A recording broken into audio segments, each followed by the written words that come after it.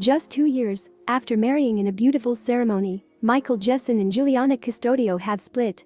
The 90-day fiancé couple have won over fans despite a number of potential red flags with their genuine love story. However, their breakup is every bit as authentic. Among other factors, the marriage was a COVID casualty. In the aftermath of it all, fans aren't exactly divided. Basically everyone is Team Juliana.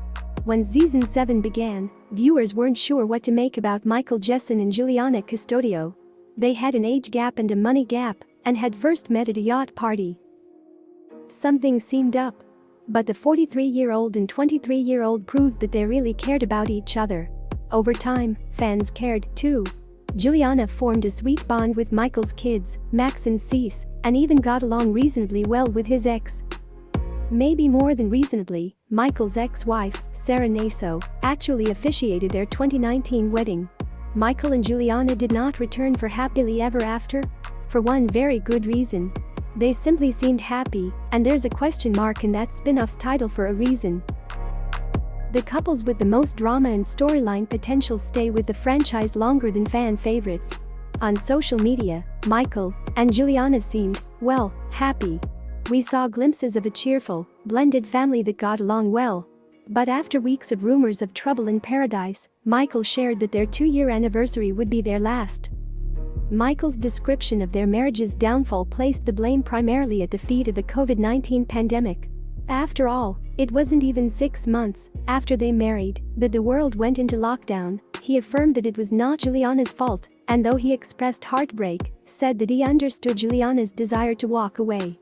Michael also implied that Juliana had already moved on, signaling that this split had happened quietly sometime in the past. But Michael did not have the last word.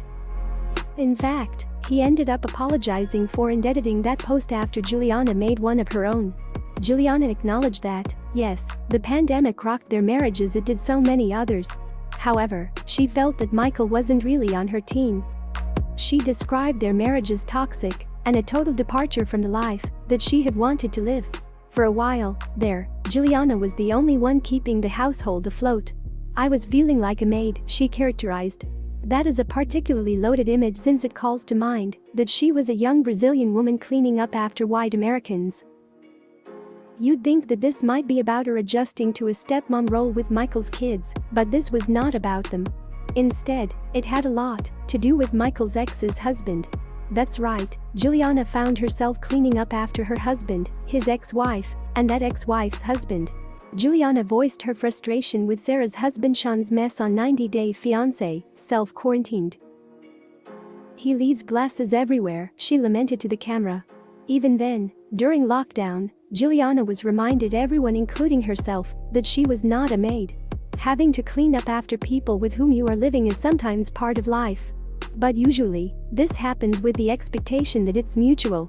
If the same person is collecting dishes and cleaning floors without the favor being returned, well, are they really part of the family? Fans are showering Juliana with outspoken support, and so are a number of members of the cast. Larissa, Akinyi, Emily Lorena, Jasmine, and Fernanda have voiced their support. In a few of those cases, one imagines that they saw parallels to their own stories. People don't necessarily view Michael as a villain, but more as a cautionary tale. It's possible to be an overall good person without being a good partner, especially when major financial stressors arise.